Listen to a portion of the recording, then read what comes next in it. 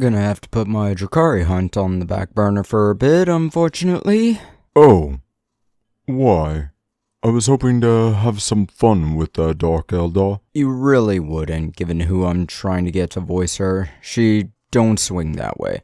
I mean, maybe the Drakari does, but I don't want to plan on writing anything that implies you getting down and dirty. Well, that's unfortunate. Why not let me have some fun? Because I don't need to mimic the audio, doodle the images on MS Paint, and then put them into a series for a video.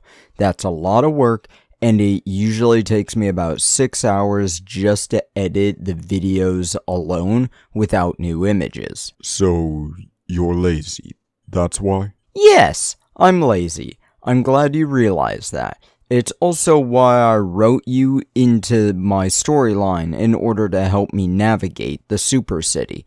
Now, I need to start working on this video, Warhammer Wednesday. What are we going to do? I don't know, how about a history lesson? You know, that sounds like a good idea. Of course, I'd be happy if you were a lot more specific there.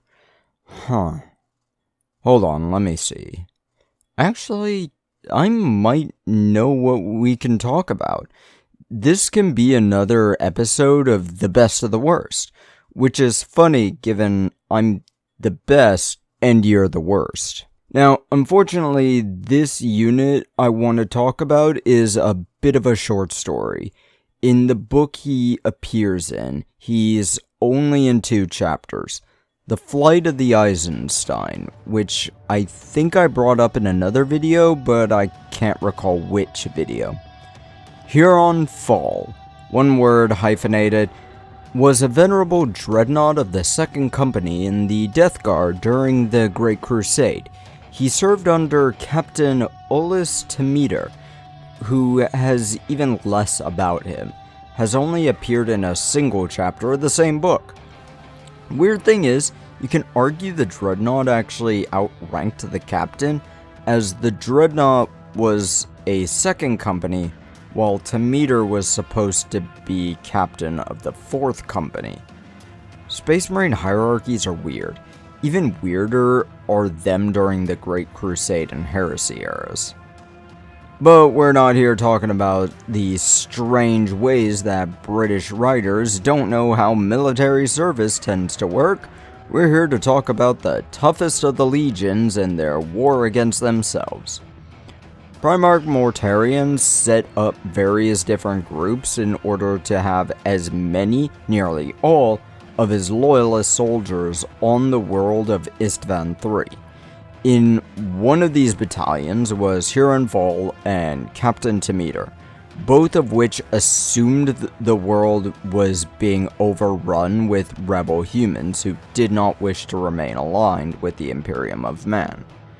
While on the world, Space Marines began to notice the fall of bombs from their ships along with the Emperor's children and Sons of Horus. But we don't care about those other factions. Captain Temeter gave orders for his men to get into what's essentially a giant steel shipping container in order to prevent the virus from breaking into their cracked ceramide armors. I think I've mentioned this in the Rylanor video, but virus bombs get into everything and eat any and all biological material, usually leading to a world being dead for hundreds, sometimes thousands of years.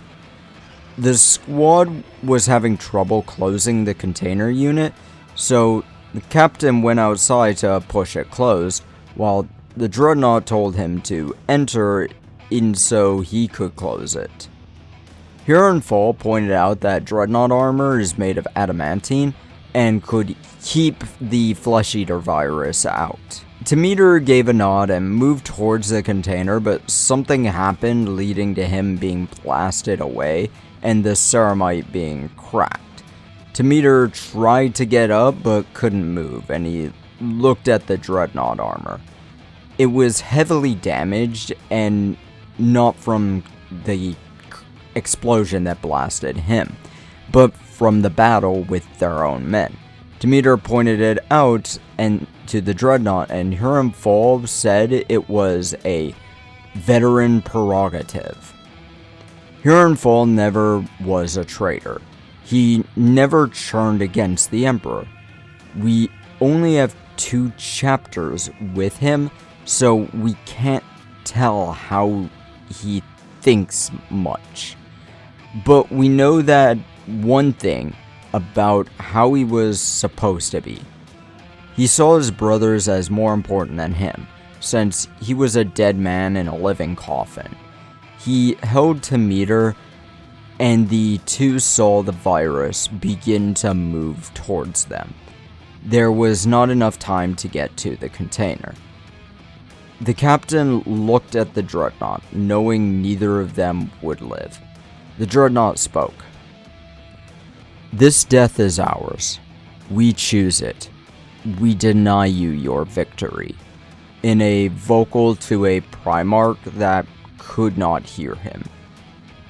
The dreadnought overcharged his weapons and power core, the reactor exploding before the virus reached them. He took out his own men, knowing that if he didn't, their death would be slow and painful. The virus bomb ripping the cells apart while they were still alive. Huron-Fal committed team kill, but that team kill was a mercy kill.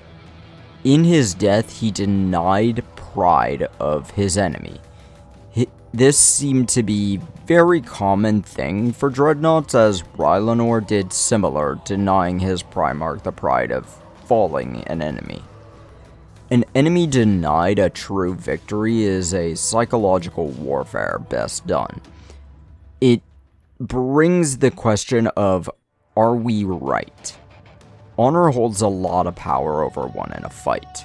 Even those with none can still feel a state of honor lost. But that's our best of the worst for Death Guard.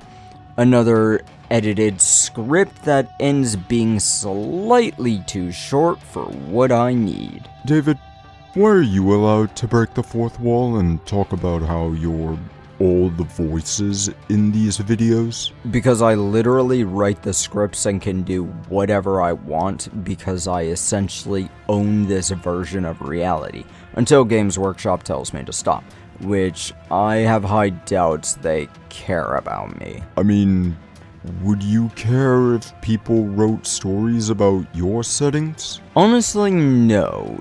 It would show that people like my creation and people want more of it, but GW seems to have a venom against fanfictions, which I kind of understand given how perverts got erect when femstoties were brought out. So are we just going to blab until you feel this script is long enough? Yeah, pretty much. I think it's about long enough now, though. I guess I should start working on my next Monday video. Maybe Pathfinder? We'll find out, so shove off.